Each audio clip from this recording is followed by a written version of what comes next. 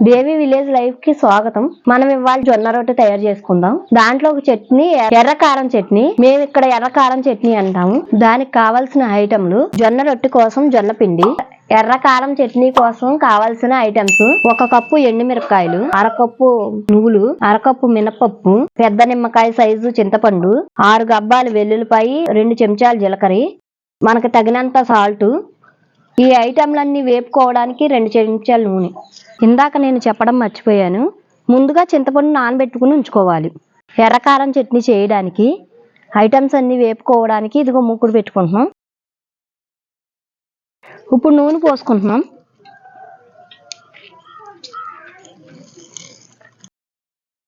ఎండుమిరపకాయలు వేపుకుంటున్నాం.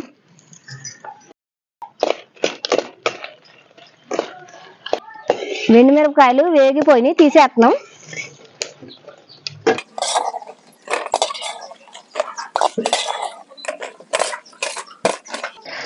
మినపప్పు వేపుకోవడానికి వేస్తున్నాం.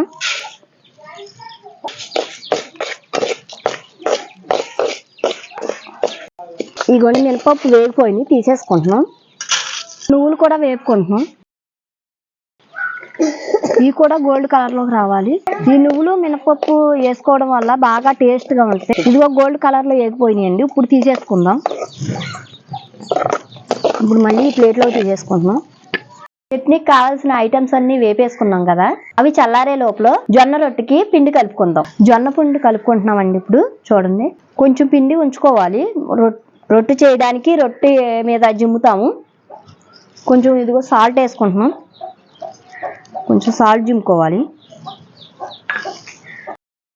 బాగా కలపలాడే నీళ్ళు పోయాలి. చేయి పెట్టకుండా గట్టితో కలుపుకోవాలి పిండిని. ఆ వేడి చల్లారక ముందే రొట్టె చేసుకోవాలి.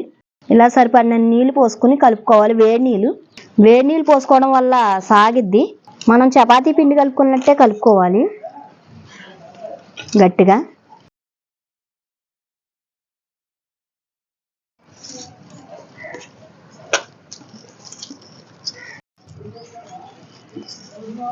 ఇలా ముద్దలాగా కలిపేసుకోవాలి.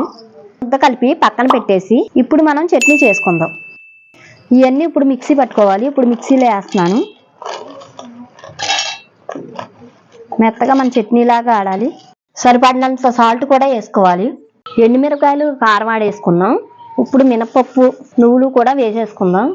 అలాగే వెల్లుల్లిపాయ జీలకర్ర కూడా ఇందులో వేసేసుకోవాలి. మినపప్పు నువ్వులు వేసేసుకున్నాం. ఇందాక నానబెట్టుకున్న చింతపండు కూడా ఇందులో వేసేసుకోవాలి. వేసేసుకుని మిక్సీ పట్టుకోవాలి. ఇదిగో చట్నీ ఇలా నలిగిపోవాలి. నలిగిపోయాక ఇప్పుడు గిన్నెలో తీసేసుకోవాలి. ఇంకా కావాలితే కొంచెం వాటర్ పోసుకుని ఆడుకోవచ్చు. ఇంకా పలసగా ఉన్నా బాగానే ఉంటుంది. టేస్ట్ అయితే అదిరిపోయింది. మనం తాలింపు కావాలితే పెట్టుకోవచ్చు, లేకపోతే లేదు. ఎలాగైనా తినచ్చు, చాలా బాగుంటుంది. తాలింపు లేకపోయినా పర్వాలేదు. జొన్న పిండిని ఇప్పుడు చపాతీ పిండి ఉండలాగా చేసేసుకున్నాం. ఇప్పుడు జొన్న రొట్టె చేసుకుంటున్నాం.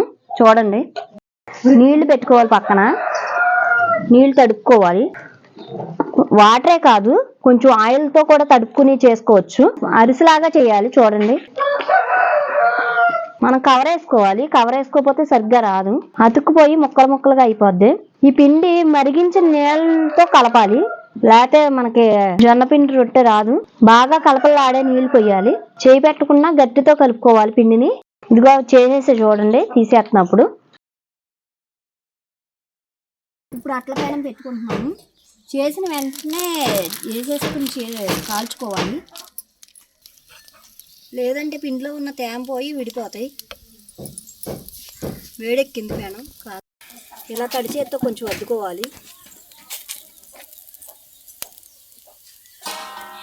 బాగా ఎక్కువసేపు వేగనివ్వాలి. ఇది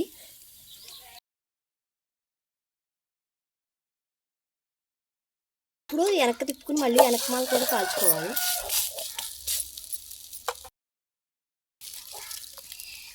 బాగా కొంచెం తక్కువ సేపు మీద కాల్చుకోవాలి. ఇది కూడా మళ్ళీ ఇలా అద్దుకోవాలి తడి చేత్తోనే. తక్కువ సేపు మీద కాల్చుకోవాలి, లేకపోతే మాడిపోతాయి. ఇదిగో ఇలా మళ్ళీ వాటర్తో మళ్ళీ ఇలా అనుకోవాలి. ఇదిగోండి కాలిపోయింది. తీసేసుకుంటున్నాం. ఇప్పుడు తీసుకుంటున్నాం ఇందులోకి. తెలంగాణ సైడ్ వేరేలాగా ఉంటాయి, మా సైడ్ ఇలా చేసుకుంటాం రొట్టె. మీరు చూసి ఏమనుకోవద్దు.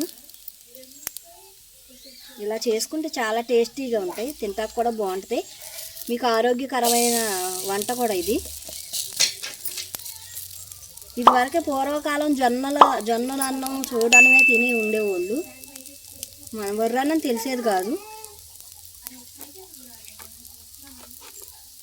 కొంచెం ఆయిల్ కూడా అప్లై చేసుకోవచ్చు.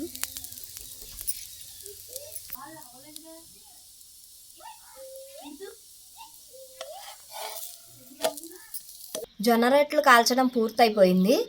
అసలు దీంట్లో చట్నీ నంచుకుంటే చాలా బాగుంటుంది, చాలా టేస్టీగా ఉంటుంది.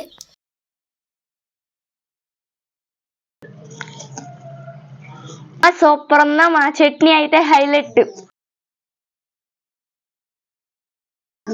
సూపర్ ఉంటే చట్నీ అయితే